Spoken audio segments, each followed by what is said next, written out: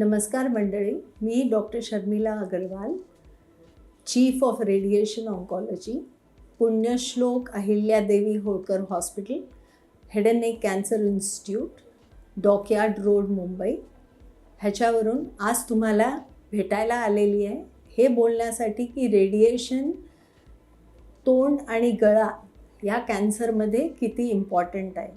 जसं आपल्याला सगळ्यांना माहिती आहे, आपल्या भारतामध्ये तोंडाचा आणि गळ्याचा कॅन्सरचा प्रादुर्भाव खूप जास्त आहे. नंबर 1 वर हे 2 कॅन्सर्स आहेत, कारण आपल्यामध्ये टोबॅको, पान, सिगरेट, बिडी आणि अल्कोहोल कन्झम्पशनचं प्रमाण खूप जास्त आहे.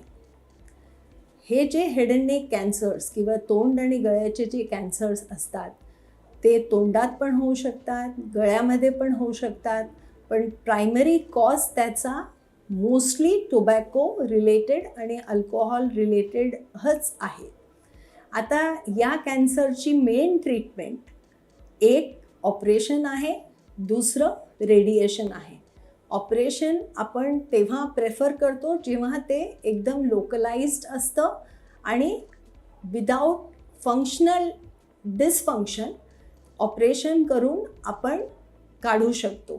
जर ऑर्गन डिसफंक्शन होणार असेल तर आपण रेडिएशन आणि किमोथेरपी त्या पेशंट्सना देतो. फॉर एक्झाम्पल लॅरिंग्सचे कॅन्सर्स आहेत किंवा हायपोफॅरिंग्सचे कॅन्सर्स आहेत किंवा ओरोफॅरिंग्सचे कॅन्सर्स आहेत, या सगळ्यांना आपण रेडिएशन आणि किमोथेरपीने ट्रीटमेंट दिली जाते. रेडिएशन हे एक ionising radiation type of x ray based treatment आहे, जे हाय एनर्जी एक्सरेज असतात. ते लिनियर ॲक्सिलरेटर म्हणून मशीन असतं, त्याने पेशंटच्या ट्यूमरवर फोकस करून दिलं जातं की फक्त ज्या भागात ट्यूमर आहे तिकडेच फोकस करून दिलं जाईल आणि बाकीच्या भागात नॉर्मल टिश्यूजना स्पेअर करून ट्रीटमेंट दिली जाते. आजकालच्या काळात रेडिएशन खूप कन्फॉर्मल झालेलं आहे, म्हणजेच फोकस तरीकेने दिलं जातं आणि मग साईड इफेक्ट्स त्यांनी कमी केले जातात.